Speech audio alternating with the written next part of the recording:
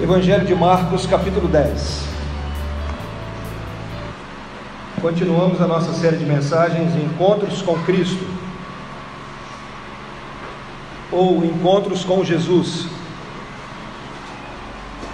Marcos, capítulo 10, versículos 17 a 22. Marcos 10, 17 a 22.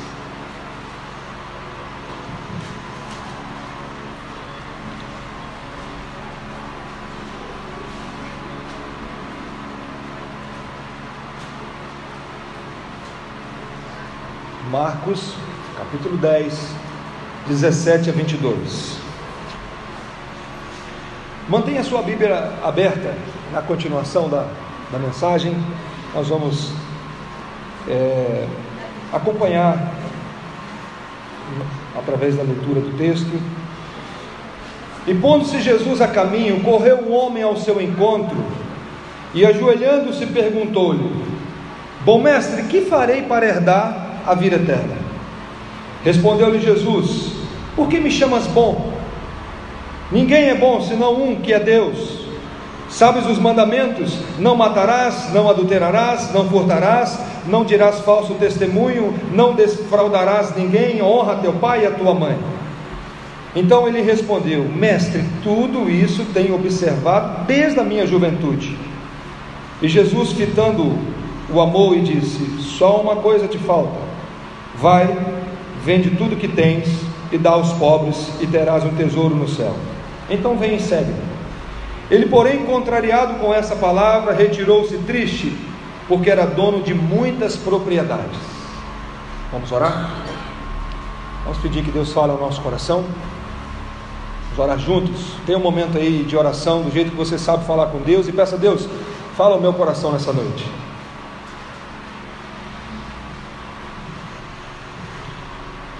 Deus, nós carecemos de ouvir a Tua voz. O texto foi lido. A Tua palavra é viva e eficaz, mais cortante do que qualquer espada de dois gumes, e penetra no mais íntimo do nosso ser. E o desejo do nosso coração nessa noite, Senhor, que o Senhor fale ao nosso coração, que o Senhor use esse momento para nossa edificação, para nossa transformação, para conversão, para um reencontro com o Senhor nessa noite. E quem sabe também um encontro com Cristo. Abençoa, Deus. Fala conosco, no nome e para a glória de Jesus. Amém. Os médicos do passado diziam que se o homem for transparente como um vidro, a doença seria muito mais fácil de ser identificada. No ano de 1895, para ser mais preciso, no dia 28 de dezembro de 1895, um físico alemão anuncia uma invenção que revolucionou a medicina da época. Os jornais anunciaram o raio-x. Imagina, naquela época, 1895, o corpo humano então se tornou transparente. Uma máquina capaz de ver por baixo da pele. Foi algo assim revolucionário. Mas, queridos, por mais que o raio-x e outros aparelhos avançaram a medicina, existem tantos exames hoje assim avançados que você consegue diagnosticar algo assim que no passado não tinha condições. Nenhum desses aparelhos tem a capacidade de ver o coração, a intenção do coração. E o tema da mensagem dessa noite é: quando as nossas motivações erradas não são convertidas, o final é frustração. Quando as intenções do nosso coração não são transformadas, não são convertidas, no final você vai ficar triste. E eu queria falar com vocês sobre esse tema à luz desse texto, porque o encontro de hoje é um encontro fascinante. Um jovem fica sabendo da fama de Jesus, procura ter um encontro com Cristo, se aproxima de Jesus, consegue falar com Jesus, mas algo acontece nesse encontro que ele fica triste. Ele sai desse encontro triste. Alguma coisa especial aconteceu durante esse encontro com Cristo, que ele saiu dali desanimado. Talvez ele ouviu o que ele não queria, ou quem sabe ele não queria aceitar a proposta de Cristo, ele não queria sair dali transformado. Esse texto foi registrado nos 3 evangelhos, tanto Mateus como Marcos e Lucas registra o encontro de Jesus com esse jovem chamado o jovem rico. Um encontro que é muito especial e que eu acredito que tem lições preciosas para as nossas vidas. O texto começa dizendo o seguinte: e pondo-se Jesus a caminho, correu um homem ao seu encontro, preste bastante atenção, ajoelhando-se, perguntou-lhe: bom mestre, que farei para herdar a vida eterna? A Bíblia vai dizer que esse homem era jovem. O texto de Mateus vai dizer que ele era um jovem. Diz assim: replicou-lhe o jovem: tudo isso tenho observado desde a minha infância. Mas o texto também vai dizer que ele era um judeu, e o judeu era conhecedor da lei. O judeu com 13 anos de idade, ele conhecia os 5 primeiros livros da Bíblia. O texto também vai dizer que ele era muito rico. Lucas vai dizer que ele era riquíssimo. E Lucas também diz que esse jovem era de posição. Isso significa que ele tinha alguma liderança entre os judeus. Preste atenção nesses detalhes, que é muito importante. O encontro então foi com esse jovem, rico, de posição, judeu, conhecedor. É tão interessante esse encontro, irmãos, que enquanto muitas pessoas não dão a mínima para Jesus, ele parece ter sede de Cristo, parece ter sede de conhecimento. E diz a Bíblia que nesse encontro ele correu ao encontro de Cristo, ou seja, ele tinha pressa. Mas diz mais, que ele ajoelhou-se. Ele corre, ele se ajoelha, ou seja, ele se humilha aos pés do Senhor Jesus, chama Jesus de mestre e faz uma pergunta solene. Ele pergunta sobre a vida eterna. Corre, ajoelha, chama Jesus de mestre e pergunta sobre vida eterna. Vê se não parece alguém pronto para ser batizado. Se alguém chega na nossa igreja com essa atitude, qual seria a atitude do conselho da igreja? O cara se humilha aos pés de Jesus, o camarada quer saber sobre vida eterna, é um conhecedor da lei de Deus, jovem, rico, foi ao encontro da pessoa certa, se humilhou, chamou Jesus de mestre e quis saber sobre vida eterna. Jesus poderia pensar o seguinte: que peixe é esse que caiu na rede hoje? Era tudo que a gente estava precisando. Um jovem desse chega na igreja, nós já vamos dar o cargo para ele logo de diácono ou presbítero. Mas é interessante, irmãos, que Jesus não fica pressionado com esse jovem. Esse texto me chama muita atenção por isso. Jesus não fica assim de queixo caído com um jovem com essas características. Alguém que chega correndo com pressa de conhecimento, alguém que é conhecedor, alguém que se humilha, chama Jesus de bom mestre. E Jesus não fica admirado. Sabe por que Jesus não fica admirado com esse jovem? Porque lembra do texto da liturgia? Porque Deus não vê como o homem vê. O homem vê o exterior, e Deus vê o quê? O coração. Jesus questiona as nossas motivações. Jesus conhece o que está por detrás das nossas atitudes. E nós precisamos trabalhar sobre isso. Qual é a sua motivação? Nós não estamos falando aqui das ações, estamos falando das motivações, aquilo que te leva a fazer o que você faz. E se as nossas motivações erradas não forem convertidas durante a caminhada, o final é frustração.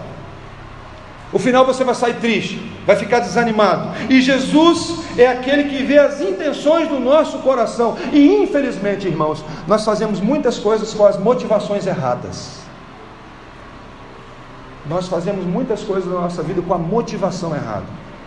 E se essa motivação não for mudada durante a trajetória, no final você vai sair triste, desanimado, vai jogar a toalha. É interessante que como que a Bíblia trata desse assunto. Existe um dia na história de Cristo que ele entrou, a chamada entrada triunfal. quando as pessoas começaram a gritar Hosana nas alturas. Vocês já leram esse texto? Um grupo gritava Hosana nas alturas porque ele é o rei dos judeus. O outro grupo gritava Hosana nas alturas porque ele é aquele que faz milagre. Passa pouco tempo, eles estão gritando diante de Jesus: crucificam, crucificam. Um povo que está aplaudindo depois pede a crucificação de Cristo. Por quê? Porque as motivações não eram as melhores. Quando fazemos algo de bom, quem sabe esperando um elogio, e esse elogio não vem, ficamos o quê? Desmotivados. E Jesus quer consertar as nossas motivações. São vários textos da palavra de Deus que ele trata sobre isso.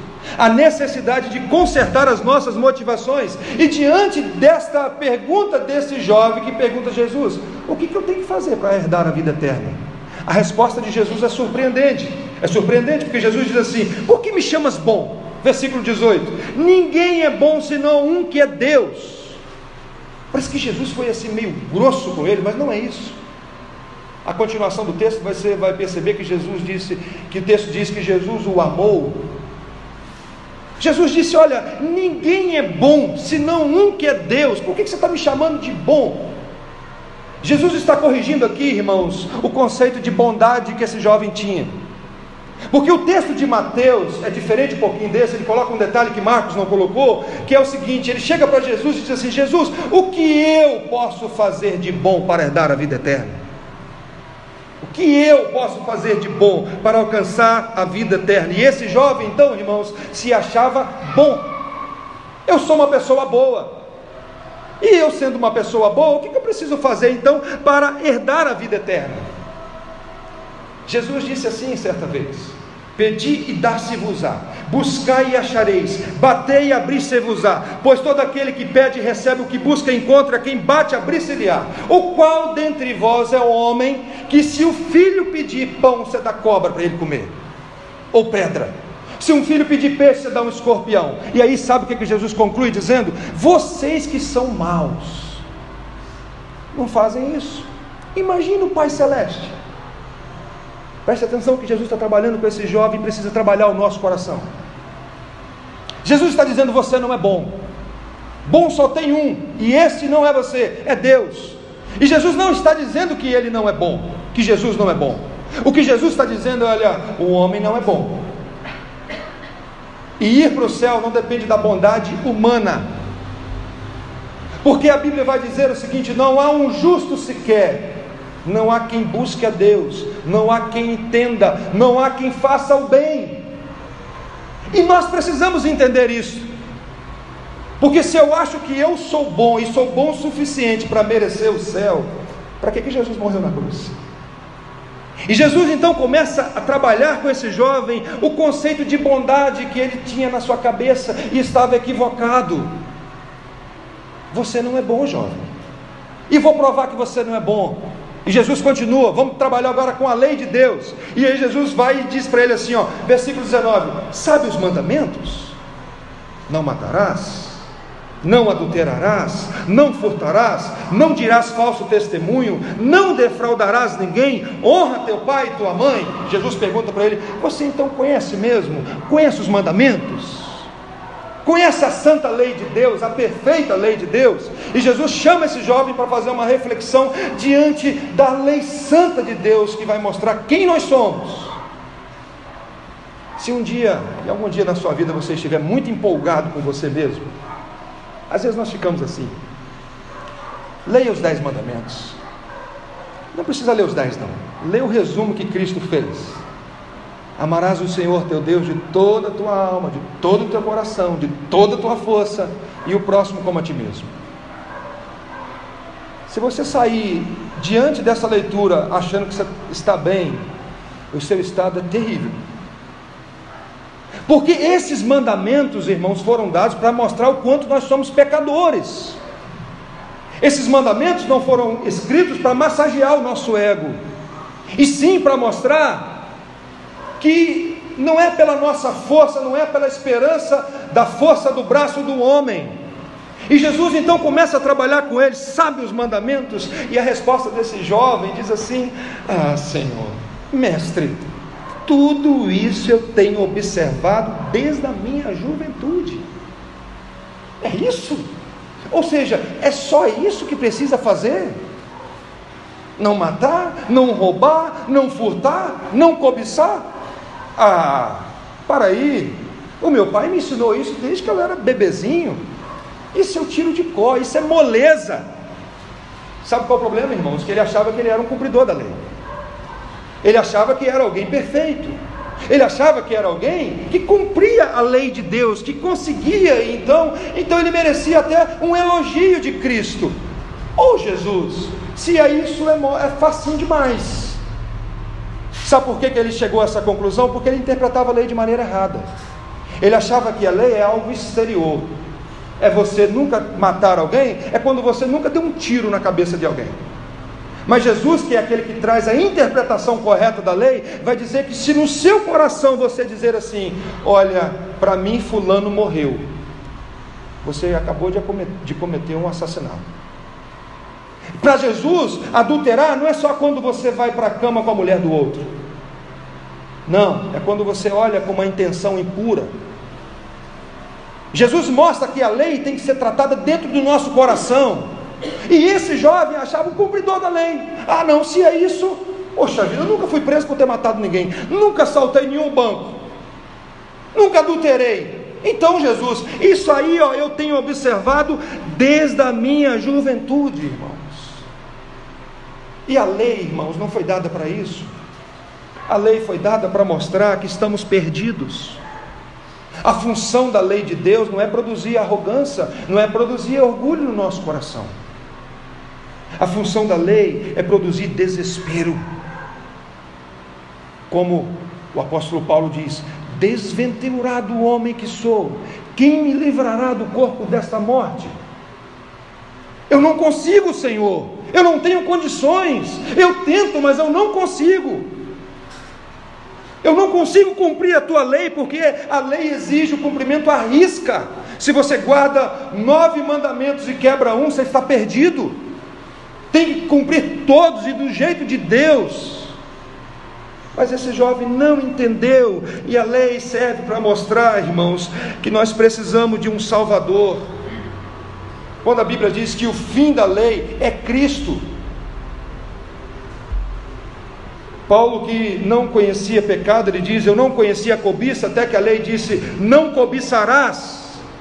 E Jesus então está aqui mostrando para ele: jovem, você não é bom, jovem, entenda bem que você não é bom.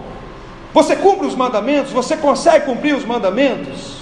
Jesus então usa a lei, sabe para quê? Para ferir o coração daquele jovem. Sabe por quê, irmãos? Porque as boas novas do Evangelho só fazem sentido se você entender a má notícia. O céu só é céu se você entender que você está indo para o inferno, para onde o verme não morre e o fogo não se apaga. Se você entender isso, você sim, não quero ir para esse lugar. Mas enquanto você entende que o céu é apenas uma opção na sua vida, você não vai entender a obra de Cristo. Se você não entender que você está caminhando a passos largos em direção ao inferno, e é isso que Jesus está mostrando para esse jovem: jovem, você não é cumpridor da lei. As boas novas do Evangelho só fazem sentido se você entender a má notícia. Na quinta-feira eu dei o exemplo do André, vou dar mais uma vez.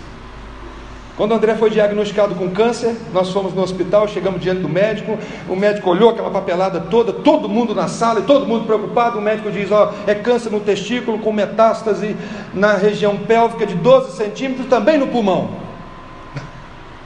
E aí, doutor? Mas ele diz: olha, mas tem uma quimioterapia com 90% de chances de cura. Doutor, vamos fazer essa quimioterapia logo, o mais rápido possível. Por quê? Porque a quimioterapia pode salvar. Oferece a quimioterapia para alguém aqui, se alguém vai querer. Mas oferece para alguém que está precisando do tratamento de câncer. Se ele não quer começar logo correndo. É essa a ideia. A lei mostra que nós somos pecadores, mas há uma solução. Só que essa solução você só abraça se você entender que você é um pecador perdido caminhando para o inferno. A lei mostra, irmãos, que o nosso coração, que o coração do homem está com segundos contados. que precisa urgentemente de um coração novo. E Deus é especialista em trocar o coração. Dar-vos-ei um coração novo, tirarei de vós o coração de pedra e colocarei o coração de carne. Mas Jesus é surpreendente. Olha aí o versículo 21, o que diz a palavra de Deus? Diz a Bíblia, diante daquela resposta daquele jovem, que disse: Senhor, se é só isso, eu observo isso desde criança, isso é mole demais, isso é moleza. Diz o texto assim: e Jesus, fitando-o, o que Jesus fez? O amou e disse: só uma coisa te falta, vai, vende tudo que tens, dá aos pobres e terás um tesouro no céu, então vem e segue-me. Que proposta é essa de Jesus? Que história é essa que agora pode comprar a salvação? Então se eu vender tudo eu vou para o céu, Senhor? Será que é isso? Será que Jesus não deveria ter dito assim: não, confia em mim de todo o teu coração? Que história é essa de dizer: vai e vende tudo que tens e dá aos pobres?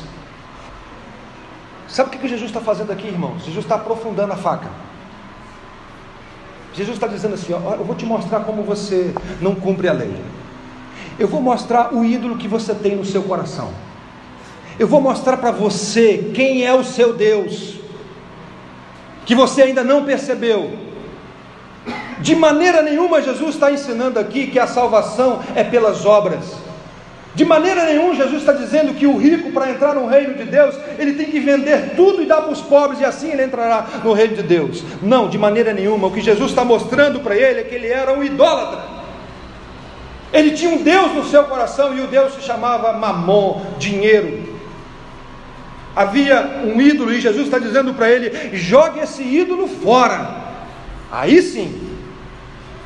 A Bíblia diz assim: não tem como você servir a dois senhores, porque ou há de aborrecer-se de um e amar o outro, ou se devotará a um e desprezará o outro. Não podeis servir a Deus e a riqueza.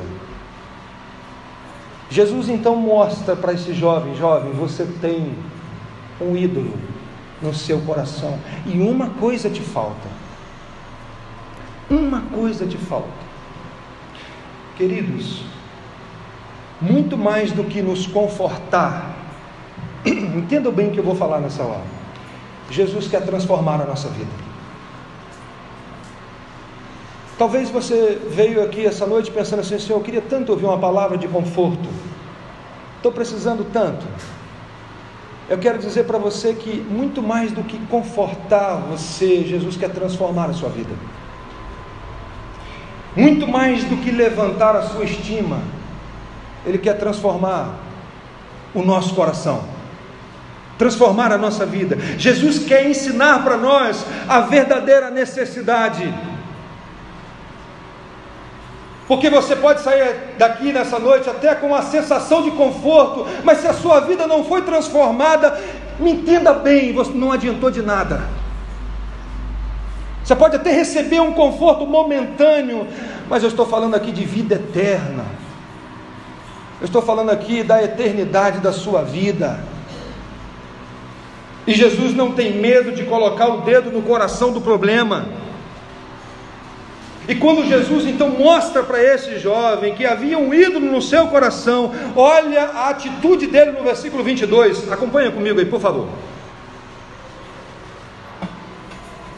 Ele, porém, contrariado com esta palavra, retirou-se triste, porque era dono de muitas propriedades. Ele chegou tão animado, ele chegou tão alegre, prostrado, chamando Jesus de bom mestre, e Jesus começou a dialogar com ele, mas quando Jesus diz: olha, garoto, jovem, tem uma coisa faltando. E quando ele escuta a proposta de Cristo, a palavra de Cristo, diz a Bíblia que ele, contrariado com essa palavra, não gostou, não foi legal, retirou-se triste, porque era dono de muitas propriedades. Como que você vai embora daqui nessa noite? Triste? De todas as pessoas que foram a Cristo, esse homem saiu pior do que chegou. Ele recebeu a proposta de Cristo, mas ele saiu triste. E é interessante que Jesus disse que aquele que vem a mim, de modo nenhum o lançarei fora. Ele foi a pessoa certa, ele abordou o tema certo, recebeu a resposta certa, ele foi no caminho, mas tomou a decisão errada. Uma coisa te falta. O problema desse jovem era idolatria. E idolatria, irmãos, não é só quando você se prostra diante de uma imagem. Idolatria é tudo aquilo que você coloca no lugar de Cristo no seu coração. Pode ser até a família que é algo bom. Pode ser até a família que é algo bom. E Jesus disse assim: olha, não é que você tem que matar a sua família, não é isso não. Mas ele precisa estar em primeiro lugar no seu coração. Ele precisa reinar em seu coração. Como que você vai embora daqui nessa noite? Triste com essa palavra? Ou revendo algumas coisas, como a Débora disse hoje durante o cântico, revendo alguns valores, repensando diante de Deus, quem é que reina no meu coração? Eu quero fazer algumas aplicações, irmãos. Eu disse que Jesus, ele muito mais do que te confortar, ele quer transformar. Esse jovem tinha tantas características bonitas diante dos homens, mas sai daqui sem a certeza da sua salvação. Um ladrão pregado na cruz, condenado, ele reconhece o seu erro diante de Cristo, pede vida eterna e entra no gozo do Senhor. Por quê? Porque se arrependeu e entregou a sua vida para Cristo. Eu espero que você não saia daqui triste, mas saia daqui alegre, porque encontrou o Salvador. A Bíblia diz assim: os sãos não precisam de médico, e sim os doentes. A segunda aplicação que eu queria fazer, irmãos, é que o que Jesus fez com esse jovem é o que vai acontecer no juízo final. Jesus um dia vai julgar os segredos do coração. Aquilo que passou batido aos olhos dos homens, um dia será revelado.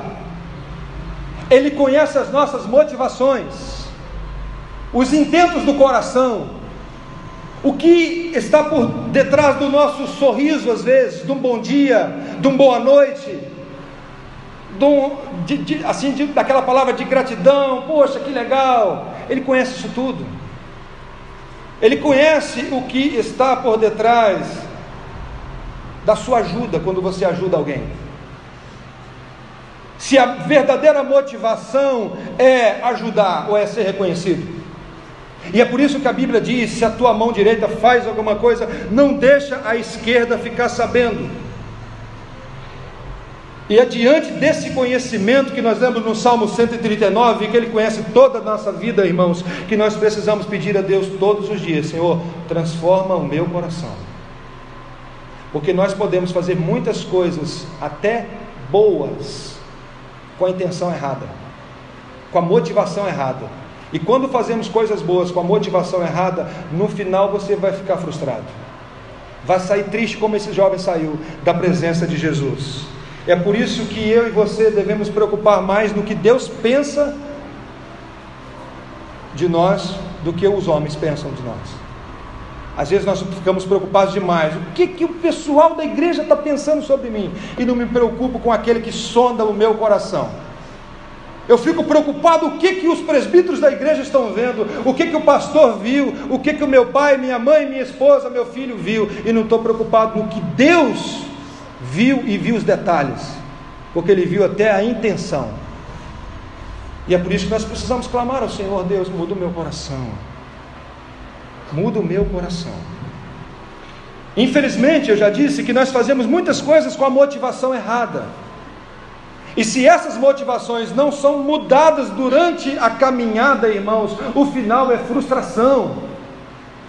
Um exemplo simples aqui que eu quero dar para vocês, só para pensar sobre isso: quantas pessoas casam só para sair da casa dos pais e depois se frustram? eu não aguento mais meu pai e minha mãe, vou casar. Aí casa com o primeiro que bater a porta. E depois, e outras coisas desse nível. Se você tomou uma decisão assim, com a motivação errada, olha, peça a Deus para mudar.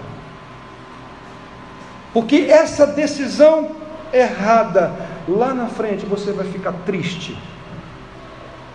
Lá na frente vai ser problema. Um jovem que chega alegre diante de Cristo, chamando Jesus de bom mestre, ajoelhado, daqui a pouco sai triste diante de uma palavra de Cristo. Por isso precisamos pedir a Deus: Senhor, que as palavras dos meus lábios e o meditar do meu coração, Deus, sejam agradáveis na Tua presença, Senhor, rocha minha e redentor meu. Precisamos pedir a Deus, ó Deus, eu fiz isso, mas a minha motivação naquele momento era errada. Muda a minha motivação agora, muda isso que eu fiz, muda o meu coração, Deus, para entender corretamente, porque senão, irmãos, lá na frente é frustração, lá na frente é desânimo. Mas vamos pensar na possibilidade que esse jovem era sincero. Alguém que chega sinceramente, não querendo o elogio de Cristo. Eu queria mesmo falar assim: ó, eu sou cumpridor da lei mesmo. Na nossa cultura tem algo assim, que nós temos que tomar um cuidado muito grande. Porque nós falamos assim às vezes: eu sou sincero. Sou sincero. Irmãos, sinceridade é virtude, sim. Mas você pode estar sinceramente errado. Já pensou nisso? Porque às vezes nós colocamos a sinceridade como se fosse assim: não importa se eu estou fazendo errado, o que importa é porque eu sou sincero. E se eu sou sincero, eu posso falar o que quiser, eu posso fazer o que quiser, eu posso pecar, mas estou pecando de maneira sincera. Irmãos, você pode sinceramente achar que vai encontrar com Cristo e vai cair no lago do fogo, porque a sinceridade não salva ninguém. É por isso que a Bíblia vai dizer que a nossa adoração precisa ser em espírito e em verdade. Ela precisa ser sincera, mas ela precisa estar ligada à verdade. Ah, Deus, eu estou te adorando com o meu coração de toda sinceridade. Mas se você está acrescentando alguma coisa, por exemplo, a obra de Cristo, isso não está adiantando de nada. A sinceridade e a verdade precisam andar juntas. Então esse jovem aqui, por mais que ele fosse sincero, ele não estava na verdade. E porque ele não estava caminhando com a verdade, ele saiu dali triste. O que Jesus está dizendo para esse jovem, quando ele disse: uma coisa te falta, é o seguinte: você tem muitos bens, você pode comprar muitas coisas, mas você não me compra. Sou eu que tenho que ser o seu dono. Você precisa entender isso. Eu que preciso ser o seu dono. Quero encerrar com a pergunta que eu já fiz: como que você vai sair daqui nessa noite? Desanimado? Ah, Deus, eu queria tanto ouvir uma palavra de conforto. Muito mais do que confortar o seu coração, nessa noite, talvez você precise mesmo, é transformar o coração. Transformar é ter o coração transformado. E eu queria orar com você. Se você pudesse colocar de pé, nós vamos orar junto, pedindo a Deus que nos ajude.